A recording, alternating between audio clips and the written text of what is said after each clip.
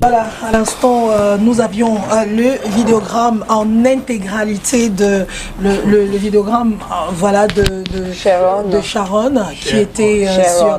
Moi, je l'appelle en français Sharon. Voilà, Sharon. Non, mais c'est Sharon.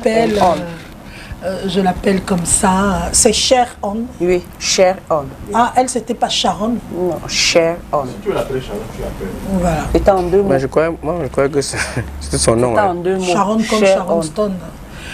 Donc, en tout cas, elle sera du côté de l'IFC. Ce sera vendredi à partir de 19h. Nous avions entamé depuis le début du mois de novembre ici chaque mercredi avec Gaëlle, une jeune dame très dynamique, magnifique. Voilà. Non, il se change. Voilà.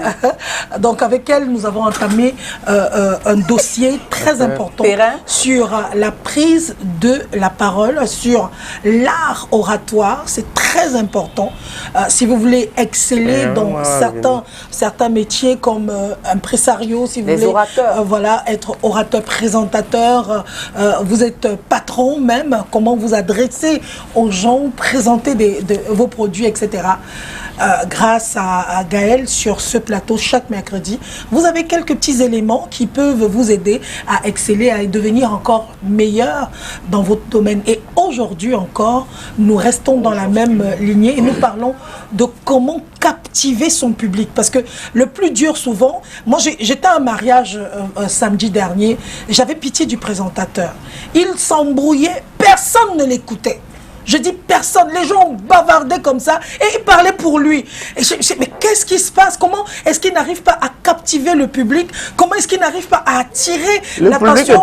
C'était les gens qui étaient sourds. Chacun était concentré. Il n'avait pas, je sais pas, il était perdu dans la foule. Et je me disais, mais mon Dieu, qu'est-ce que c'est moche de savoir qu'on est dans un mariage et on parle et personne ne nous écoute. Donc c'était incroyable. Je pense qu'aujourd'hui, on aura toutes les astuces, comment réussir. Parce que le plus dur, c'est de captiver l'attention du public lorsque vous avez la parole. C'est très difficile. C'est très, très difficile. C'est aussi. On va d'ailleurs souhaiter, il faut dire que Perrin a convolé en juste noce ce samedi avec une Perrin Coinqueux. Avec Périne? Non, c'était pas avec Périne. Périne, elle s'en va chez le crémier du coin. Non. Et c'était un très beau mariage, simpliste, très simple et très beau. J'ai pas vu Gaëlle. Elle a biocoté. Elle a plutôt biocoté. Et je crois qu'il est, comme on dit chez les Bassa, c'est un sombo maintenant. Quand tu viens te marier, on t'appelle sombo. Les sombos, les jeunes mariés. Il est en train de convoler encore les jeunes mariés. En juste noces. On reste encore dans le truc. Anyway, elle est avec nous. Gaëlle, bonjour, bienvenue. Bonjour Solange, bonjour Calvino, bonjour Mireille Grasse, bonjour à tous les téléspectateurs de The Rendez-vous. Alors aujourd'hui, on est là pour la troisième partie de notre passage sur la prise de parole en public. Et Solange vous l'a dit, aujourd'hui spécifiquement, on va parler de comment captiver son public. Je vais vous faire un petit rappel de ce qui s'est passé les 2 mercredis derniers. Nous avons eu à parler de la gestion de sa peur. Donc, on a vu comment surmonter sa peur de parler en public.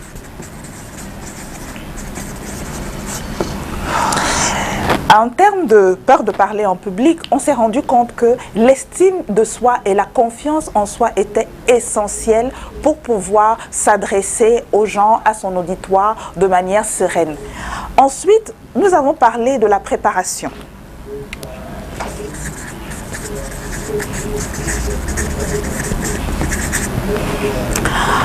À travers la préparation, on a vu toutes les petites astuces, les points essentiels qu'il fallait marquer, qu'il fallait tenir en compte pour pouvoir apprêter, avoir une prise de parole effective et bien encadrée.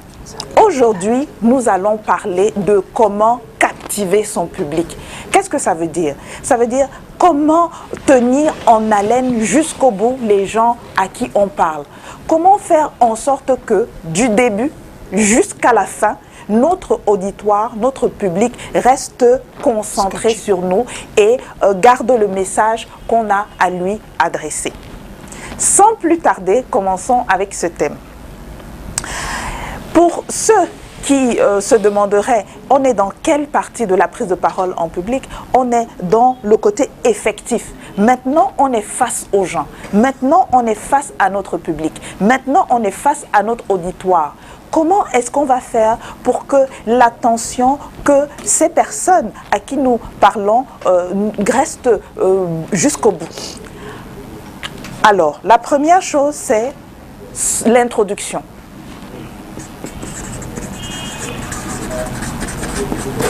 Ou encore l'entrée en la matière.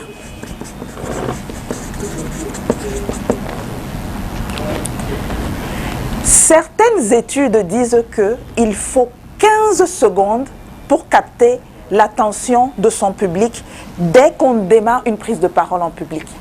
Donc ne vous amusez pas avec votre introduction, votre manière d'entrer, votre manière de commencer et de débuter votre prise de parole en public.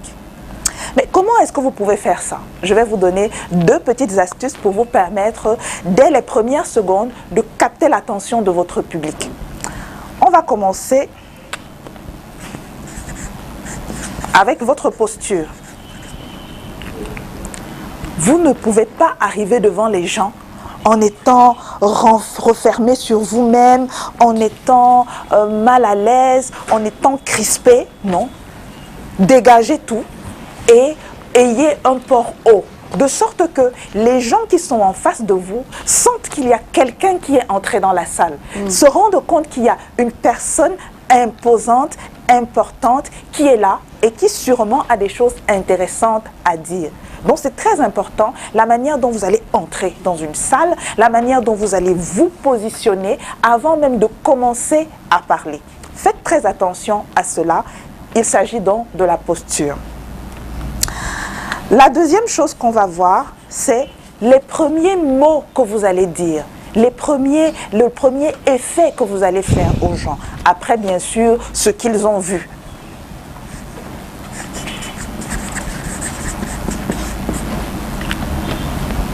Dès que vous commencez votre propos, commencez avec une voix ferme et une voix présente. Il est vraiment difficile de se concentrer sur quelqu'un qui parle dans sa gorge. Bonjour, bonjour, j'espère que vous êtes là. Bonjour, j'espère que vous allez bien aujourd'hui. Ce côté engagé et engageant va permettre à votre public d'abord d'être intéressé et aussi d'écouter jusqu'au bout ce que vous avez à lui dire. Donc, votre introduction ou votre entrée en matière doivent donc être quelque chose de travaillé, quelque chose de dynamique, une présence forte et cela va intéresser votre public. Gaëlle, justement, oui. Même les artistes ont compris ça. Hein. Oui. Actuellement, lorsque les concerts, lorsque les artistes veulent faire un concert, c'est l'entrée qui détermine la suite du concert. Oui. On voit R. Kelly qui va commencer un genre, on voit Petit Pays qui entre dans le cercueil. Tu vois, c'est tout ça justement qui fait un jeu. Oh mon Dieu, mais qu'est-ce qu'il va nous... parce qu'au début, il nous a rendu... Il nous a rendu folles, quoi. Il nous a attirés. Il nous a captivés et beaucoup de gens ne savent pas justement, comme vous dites, que c'est un véritable secret. C'est un véritable secret. Dès on prend l'intérêt des gens ont faim de savoir comment est-ce que vous allez continuer, qu'est-ce que vous allez leur apporter de spécifique. La deuxième chose que je vais vous conseiller pour captiver votre public,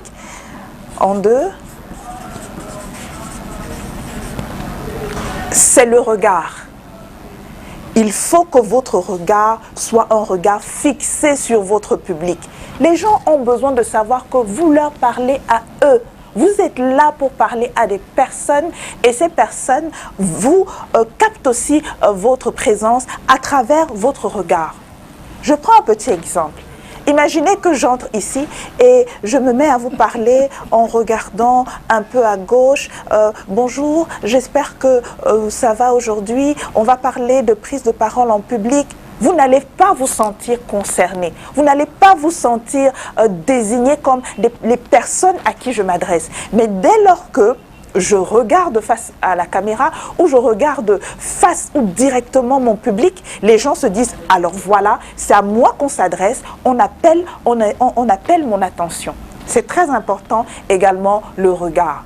Et je dois vous dire que j'aime beaucoup personnellement le regard de Solange. Solange a d'abord naturellement ce petit regard assez étiré et elle fait toujours très attention. Quand elle prend la parole, elle captive l'attention de son public en regardant de manière vraiment droit dans les yeux, si on peut le dire ainsi. Donc, n'hésitez pas, vous aussi, à la maison, à travailler sur ce regard avec votre public, à créer une symbiose, à créer vraiment une atmosphère qui va permettre que les gens se sentent concernés. Alors, après l'introduction dynamique, le regard qui est dirigé sur son public, on va se concentrer sur autre chose. On va se concentrer sur le non-verbal.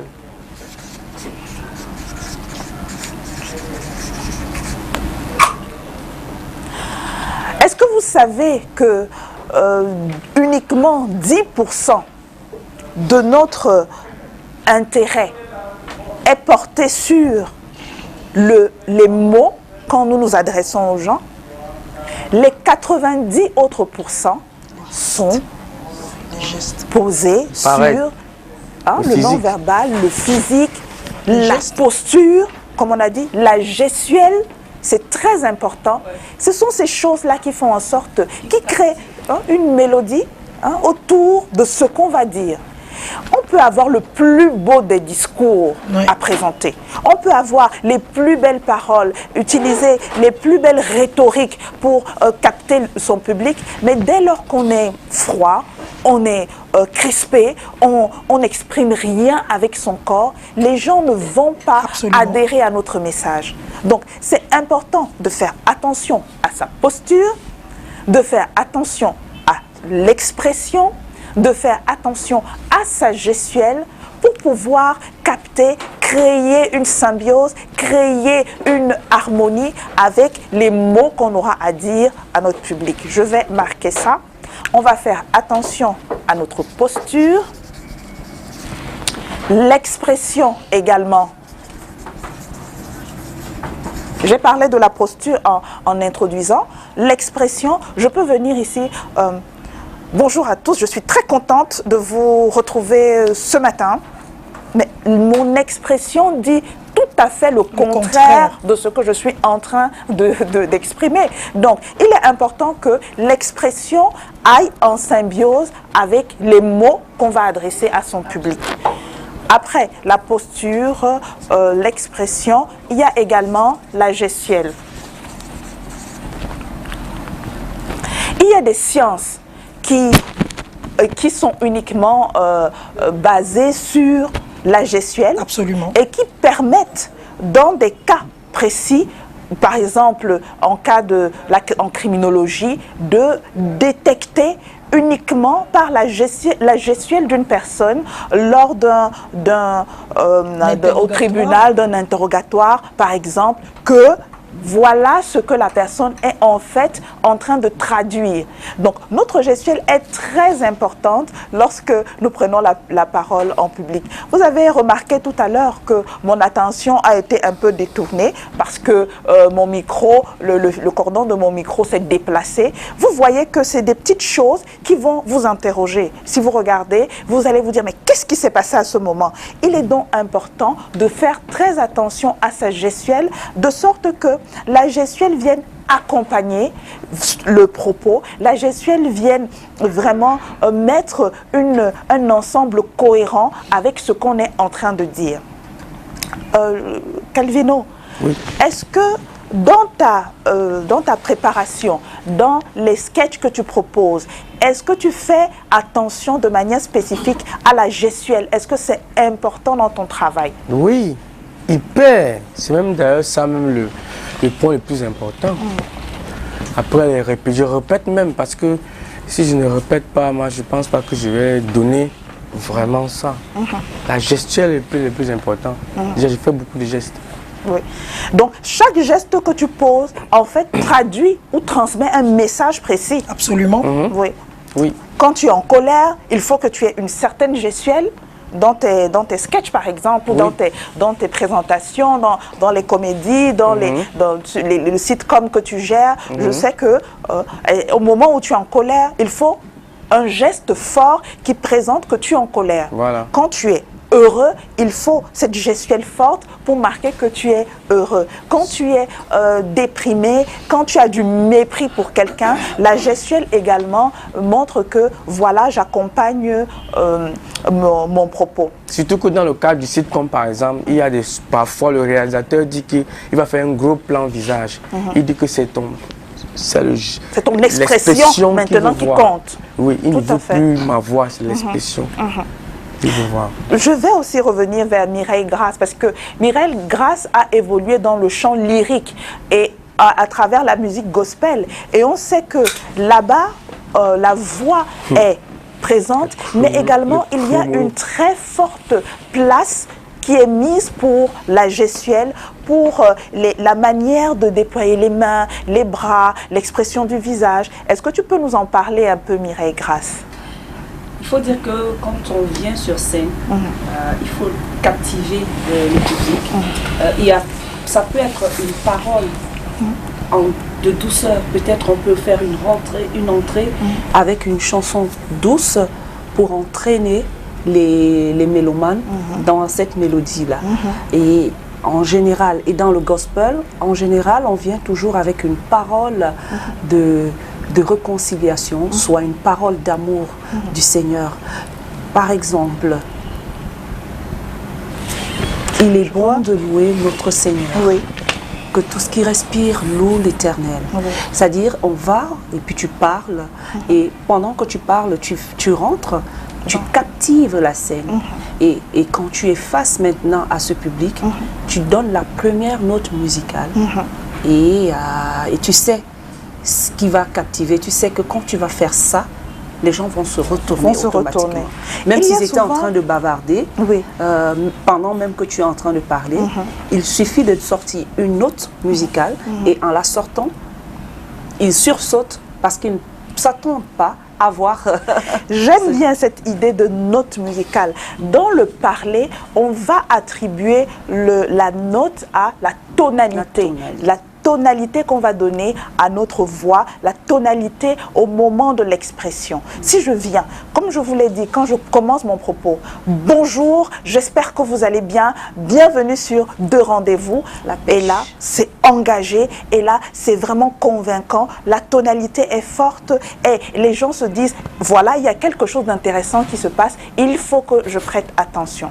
Donc, c'est très important, le non-verbal, que nous soyons, nous l'avons vu, que ce soit sur le plan de l'expression musicale, on est dans l'expression orale toujours, que ce soit sur scène avec Calvino qui est dans la comédie ou acteur, que ce soit même ici sur le plateau de la télévision, tout ce qui est non-verbal est très important pour capter l'attention de notre public.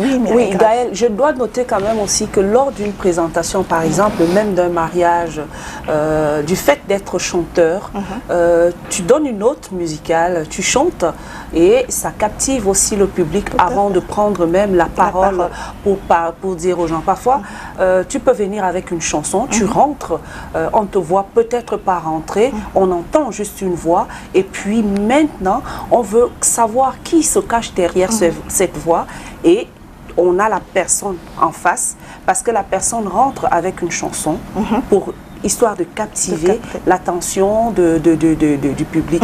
Et étant maintenant, la personne fait son speech normalement et automatiquement et les gens sont contents. Il existe des techniques spécifiques qui ont été créées pour capter l'attention de son public en introduisant son propos. C'est vraiment, il y a par exemple, quand on commence à parler, on peut introduire avec une question. Aujourd'hui, est-ce que vous savez qui sera notre invité spécial? Vous voyez, les gens vont se dire, aujourd'hui, je vais vous parler une question. Vendredi, connaissez-vous le programme de vendredi? Connaissez-vous le programme le plus sensationnel qu'il y aura ce vendredi à Douala? Les gens vont, ah, mais de quoi est-ce qu'il s'agit? Voilà, et ça va intéresser les gens. Donc, il existe vraiment des techniques spécifiques pour introduire en captant l'attention de notre public. Et comme je vous le disais, le non-verbal également. Sur scène ou même pendant une présentation, beaucoup de personnes mettent l'accent sur ce qu'on va appeler la chorégraphie, si on est dans un spectacle, ou encore vraiment tout ce qui est expression scénique. Vous allez voir quelqu'un avant de commencer son discours, il va monter, il pouvait être là, attendre de côté pour qu'on lui donne la parole avant de prendre le discours, mais il va se lever de sa chaise, monter les escaliers, prendre le temps, arranger sa montre, regarder son public avant de commencer son discours. Ce sont des petites techniques comme ça qui font en sorte que on laisse un peu languir le public avant de présenter ce qu'on a à présenter. Donc, dans le non-verbal, on a parlé de la posture, on a parlé de l'expression, on a parlé de la gestuelle, on a parlé de la voix à travers les différentes tonalités. Il faut commencer son propos de manière engagée, de manière dynamique. Mais il y a également quelque chose d'autre qui rend le propos, le discours harmonieux et intéressant, c'est les silences. C'est vrai. Il y a un qui bavarde. Ça, d'un mariage, j'ai bien l'impression, il bavarde. Oui, tu dis, Calvino. Je dis, c'est que vous dites très bien. Je suis allé à un mariage une fois, j'ai vu un impresario. Il bavarde. Les gens mangent, ils bavardent, Donc, il sature les oreilles des gens. Oui, mais le problème, c'est que ici, le silence, ça ne veut pas dire que non, on ne bavarde pas. C'est que pendant que tu peux commencer, tu peux lancer un truc pour captiver ton public, tu peux commencer déjà, tu commences à parler. Et puis, au moment, tu te tais. Oui, c'était même pas. Et non, je dis, tu te tais carrément. Et les gens se posent mille et une questions. Que se passe? Justement, c'est le fait de ce silence qui va attirer le regard. Mais qu'est-ce qu'il y a? Qu'est-ce qui s'est passé? Il y a eu quoi? Est-ce qu'il est tombé? Est-ce que... Bref, du coup, et en même temps, on peut aussi commencer, c'est-à-dire la personne qui vous présente, mesdames, messieurs, voici Gaëlle, et puis on applaudit. Gaëlle arrive sur scène. Au lieu de parler, alors qu'on attend qu'elle parle, elle se tait. D'abord, un moment, un silence. Ça dit, elle met les gens dans le suspense. Qu'est-ce qu'elle veut dire? Qu'est-ce qu'elle va nous proposer? Donc, on reste tranquille comme ça, elle ne parle pas. Elle ne dit rien. Et voilà. Donc, tout ça, justement, ça joue le public. Quand j'écoute ce que vous venez de dire, ça me renvoie très loin dans l'échange que j'ai avec vous ce matin. Donc, il y a des moments où les pauses, les silences demandent que le public s'arrête encore et vraiment, qu'est-ce qui va se dire après? Comment créer ce petit suspense-là? C'est très important. Voilà. Mais Calvino, également, il est important et aussi de savoir à quel moment se taire. De savoir à quel moment laisser les gens un peu respirer. Même dans les discours les plus protocolaires, quand arrive le moment des applaudissements, on n'a pas écrit sur le prompteur pause, non forcément, mais le public à un moment peut se sentir intéressé, engagé dans le discours et applaudir. Alors on permet au silence de régner pour que le public aussi exprime ce qu'il a exprimé après avoir reçu ce message. Ceci nous entraîne à l'interactivité. Donc nous avons parlé du non-verbal, on va parler maintenant de l'interactivité comme élément essentiel pour captiver son public.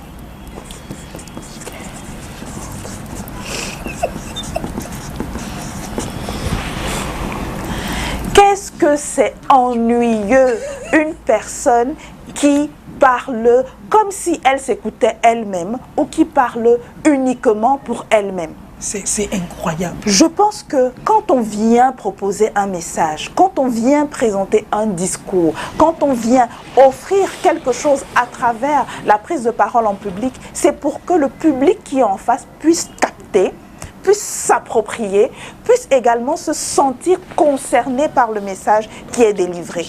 Donc, il est important, pendant qu'on est notamment en face à face avec un public, de laisser ce public s'exprimer ou de créer dans notre propos, dans notre discours, des moments où le public pourra aussi interagir. Par exemple, on peut jouer avec des questions. On peut avoir des questions ouvertes où le public peut répondre par oui ou par non. On commence avec les questions. Si j'entre dans une salle et que je dis « Est-ce que ça va aujourd'hui ?», les gens sont obligés de répondre soit par oui, soit par non. Mais ce qui est sûr, le plus important, c'est que mon public réagisse. Quand le public réagit, ça veut dire qu'on a son attention, ça veut dire qu'on peut le captiver. Donc, il faut utiliser les questions ouvertes lors de son propos, lors de sa présentation, pour permettre aussi au public qui est en face de s'exprimer et de dire ce qu'il pense. C'est très important. En termes d'interactivité, en dehors des questions qui peuvent être des questions ouvertes, on peut également tout simplement donner même la parole à ce public. Absolument. Pourquoi pas ? L'interactivité. Prévoyez dans votre présentation, même si c'est une présentation en entreprise, prévoyez dans votre présentation une partie où, quand vous allez présenter un département précis, un service spécifique, vous donniez la parole à la personne qui est le plus concernée, à l'élément, à votre collaborateur qui est le plus concerné par la question spécifique. Donc, ça va permettre non seulement de faire en sorte que les rôles soient échangés, que les autres se sentent concernés et que chacun soit en alerte. Parce qu'il peut se dire, voilà, à un moment ou à un autre, ça peut me concerner. Puisque nous sommes en interactivité, on peut demander aussi à avoir mon avis. Donc, moi, une fois, on m'a sollicité pour présenter un mariage. Oui. Bon, il était 23h, les maris, apparemment, ils ont les problèmes dans l'hôtel. Ils étaient en retard. J'appelle, je dis, c'est comment? Ils disent que, gars, ça ne va pas ici. Entretien le public. J'ai organisé un jeu, j'ai appelé, je pense que c'était 5 filles, 5 garçons dans la salle. J'étais assis là, j'ai dit que, bon, allez m'apporter chacun de vous dans la salle un passeport. Ils sont comment dans la salle, j'ai cherché le passeport pour donner à sa personne. Le dernier était éliminé. Oui. C'est-à-dire que ça a fait tout un spectacle. Voilà, ça a créé. À la fin, allez me chercher par exemple une ceinture. 5 000. Bon, ça c'est à la fin. Les 5 000 là, j'ai créé une astuce. Les 5 000 là, c'est revenu dans mes poches. Donc, en fait, c'est pour dire que ce que vous dites est vrai. Donc, faites participer le public. Et c'est comme ça que c'est. Et quand j'ai lancé ça, toute la soirée était agréable. Oui. Chacun était fier, les gens étaient à l'aise dans leur poétique. J'ai une participante à une des formations que j'ai faites dernièrement, qui est un chef d'équipe, qui fait des présentations en entreprise. Et ces présentations étaient souvent très rigides. Elle-même, elle me demande, mais Gaëlle, comment je fais pour que mes collaborateurs se sentent engagés dans ce que je dis? Je dis, mais donne-leur la parole. Mais je dis, mais qu'est-ce qu'ils vont dire? Puisque moi, je présente déjà tout. Je dis, est-ce que c'est toi qui fais tout le travail? Est-ce que tout le travail qui est fait, c'est uniquement toi qui interviens? Me dit bien sûr que non, ce sont mes collaborateurs. Alors permets à chaque collaborateur de présenter un tout petit peu de ce qu'il fait. Voilà. Permets-lui de parler des difficultés qu'il rencontre. Si la présentation porte sur cela, permet à ce collaborateur de présenter même les résultats qu'il a pu donner de manière générale ou de manière personnelle en fonction de l'orientation de la présentation. Oui, Mireille Grasse. C'est ce qui manque beaucoup dans les entreprises. On a dans des en entreprise, on convoque une réunion. C'est une réunion où la participation, c'est une seule personne qui parle dans cette réunion. Et quand elle finit de parler, elle finit son monologue, elle attend vos impressions. Vous ne pouvez plus rien dire dans cette réunion-là parce que ça pour vous, vous êtes juste allé suivre, écouter une information. On n'est pas allé dans une réunion pour savoir, pour prendre des remarques et trouver des solutions ensemble. On est plutôt dans une réunion où c'est une seule personne qui parle. Ça fait que les autres se sentent un peu frustrés.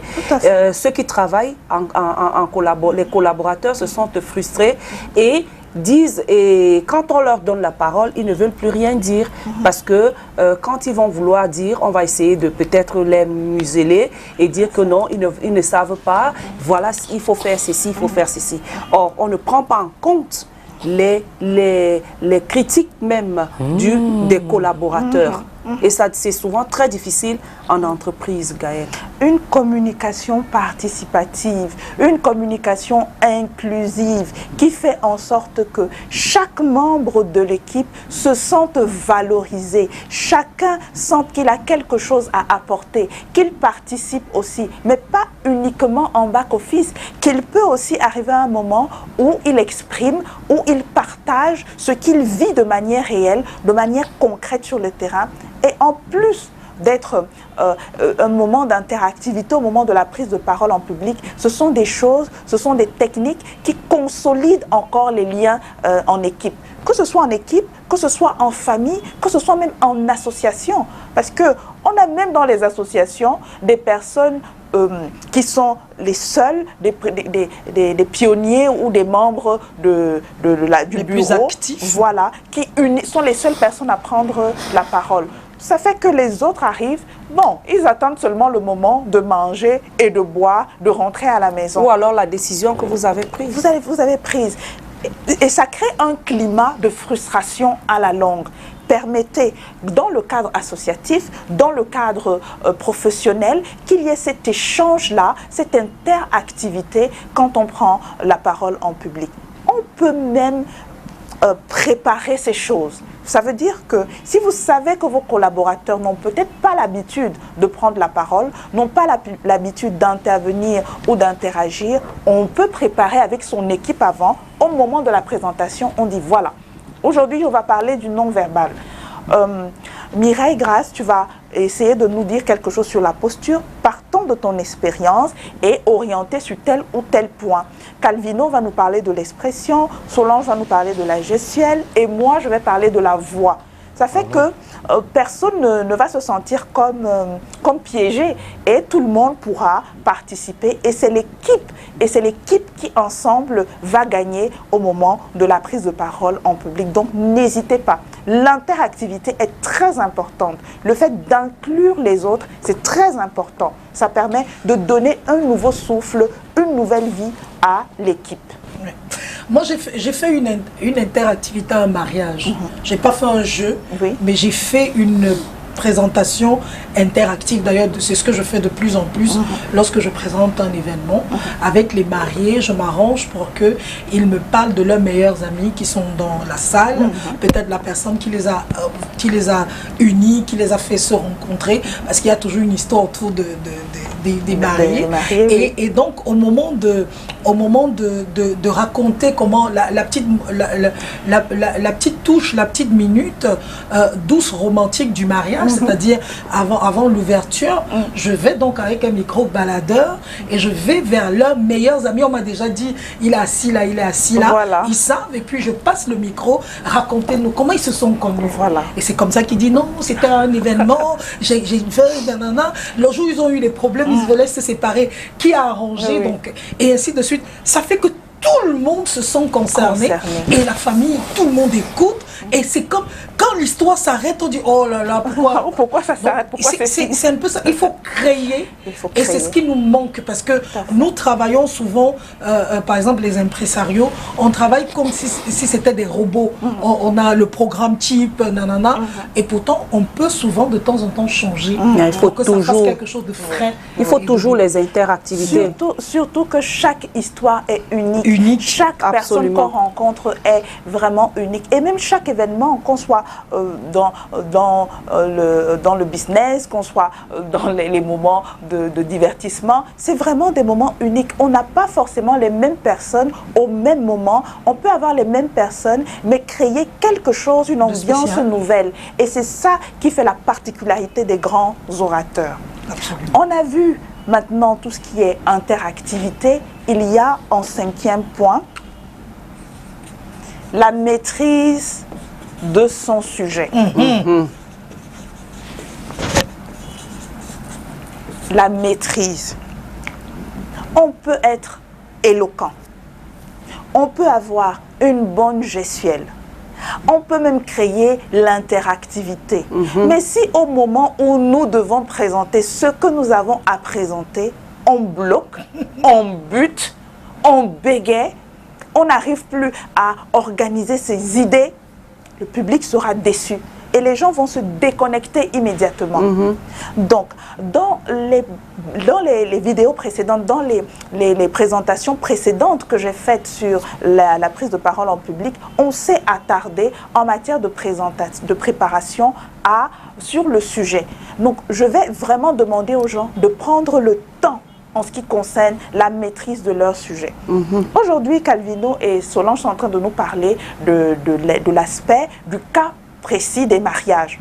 Il y a des personnes qui arrivent et qui ne connaissent même pas les noms des mariés, qui ne connaissent pas l'histoire des mariés. Il y a des personnes qui arrivent pour faire une présentation de manière en entreprise et ils ne vont pas connaître les noms spécifiques des produits ou comment est-ce que les choses se passent sur le terrain de manière spécifique. Et là, le public qui est souvent un public qui soit connaît l'histoire, qui soit est en contact avec le produit au quotidien, va se dire mais il y a quelque chose qui ne va pas. Il va se déconnecter immédiatement. Donc, prenez le temps de maîtriser le sujet parce que les gens viennent pour ça.